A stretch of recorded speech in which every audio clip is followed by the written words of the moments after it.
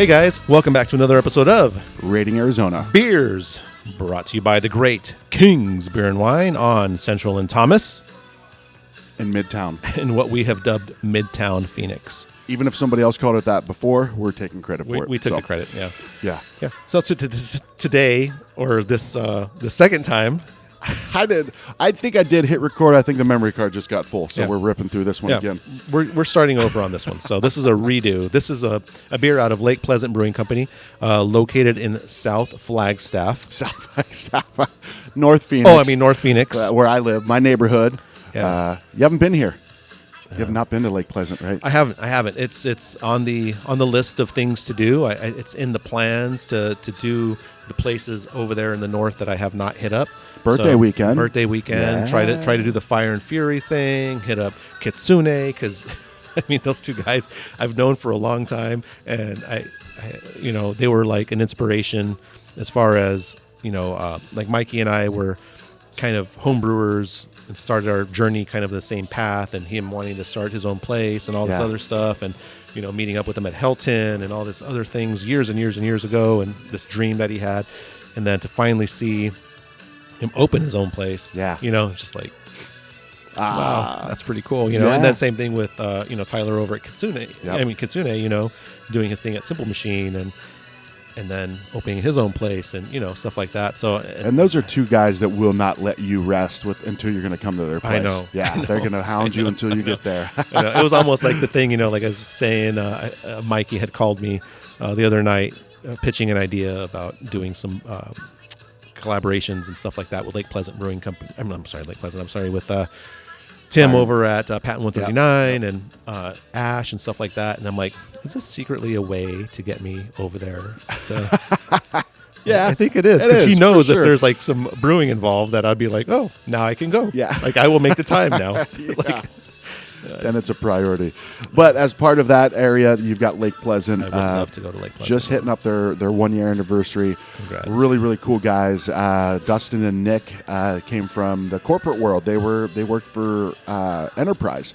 And so they bring that business background to it, right? Neither of them had worked in craft beer before. They weren't brewers or a manager at this place or that. This is their first experience. That's crazy. Yeah, and I think that's cool because it brings a different perspective and a different approach to it, right? Sure.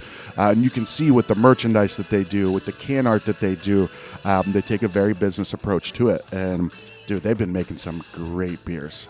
When I first did an episode with them, it was probably about a year ago. I think they had 5 beers on tap. Now they've got a full, everything is all theirs. 18 taps, I think. Wow. And man, they're doing a really good job. They've got arcade games in the back, cornhole, shuffleboard. Or was it shuffleboard where you do? Yeah. The hand thing, not that thing. Not the sticks on the ground, right? Yeah, I have no idea the difference. Those are things like we're not getting like racist or anything like that. But you ask a Mexican the difference between what a shuffleboard is. We're like, no sé, yo no sé. If you're not throwing some horseshoes, man, I don't know. They need horseshoes. They don't have horseshoes. I throw horseshoes, man. I don't know what the hell a shuffleboard. It could be the same thing with the one thing with the people when they slide on the ice and they throw the one thing. Yeah, it's not that. I don't know what that'd be cool though. Lake Pleasant opportunity right there. So this is a B.O.S. B.O.S. It's a B.O.S. Smoothie Sour. Blood Orange Smoothie Sour. Yeah. That's the acronym, and it's like Kool-Aid Man. Yeah. That's an Blood orange. Yeah. Yeah. Coming through the wall. No ABV on the can, so I can't tell you the ABV. Yeah. That's Lake Pleasant. That's one of Marcus's pet peeves. Yeah, a little bit. Yeah. But makes sense, though, right? It makes sense. You want to know what you're getting into. You want to know what you're getting into. Even if you're going to make any label, it's easy enough to put an ABV on the can. Sure. So sometimes it's like, are you hiding something? Are you not hiding something? I know Wren House just does it on purpose now just because they know it pisses everybody off. But, I mean, as far as Lake Pleasant, okay, so are we getting into like, didn't know the ABV? Sure. Smoothie Sour, you're adding a bunch of, juice or 120 pounds of blood orange. Blood orange, right? This So one, yeah. adding a bunch of stuff. So what did that do to the ABV? Did you start with like a 7%? Now it's a 5%. Did you start with the 4%? And now it's a 2%. I have no idea. So I think they have it on their menu at the place. I'm sure. know, but it could have been an oversight, right? But we also talked about how before I forgot to hit record or the memory card ran out, is really the only place that you see their stuff is in their tap room. Sure. Maybe a couple neighborhood beer spots, right? So you look at their menu, you know what it is. So why do you can beer to put in your tap room? For people to take home with them. Yeah. So if you take it home, guess what you probably want to know? The ABV. Yeah. Especially somebody that's going to be raiding your beer fridge, right? Yeah. They go in there and get a triple IPA that tastes like a pale ale. Yeah. And House. Yeah. that's 10%. 10% Wally. Yes. Yeah. And you're like, oh, this is delicious. Can I have another one? You're like, no, because you're going to be drunk. Yeah. Now I have to drive you home. Damn it. So, anyways, yeah. All that besides, awesome can art. Love it. Yep. We did have to pour this before because we messed up a little bit. Anyways, let's get dry by aroma. Now, Marcus explained something earlier. This was actually really cool. So the head dissipated on this really quickly, and you said probably because of the adjunct, like the acid and the 120 pounds of blood orange. Yeah, could have just killed the head on this thing. It is hard when you have a bunch of adjunct. When we did the avocado kolsch, with Lake Pleasant. Oh my God, we had a lot of names we went through with today, Pat 139. Yeah, and same thing. We knew we had to up the carb on it, because we knew the carb was going to go away right away. So, it smells fantastic, man. It has that sharp Brett, aroma, that sour kind of aroma. Yep. But you're right. It has that blood orange feel to it, right? Yeah. And maybe it's just because I know what we're about to get into, but to me, it has a little bit of a sweetness to it as well.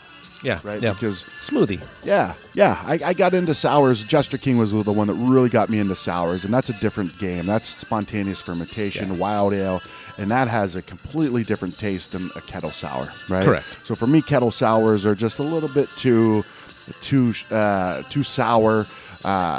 Where the smoothie sours, I love that it brings some sweetness into it. Kind of balances it all out for me. And I'm wondering, too, a lot of these sours, too, they'll do lactose to add sweetness. They'll do different things to it. It doesn't say it has lactose in it, but I would assume something like that, right? Definitely adds sweetness, But hey, let's jump into it. Let's get a taste on it. Cheers. Cheers, buddy.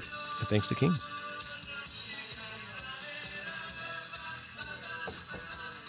Fucking love that beer, man.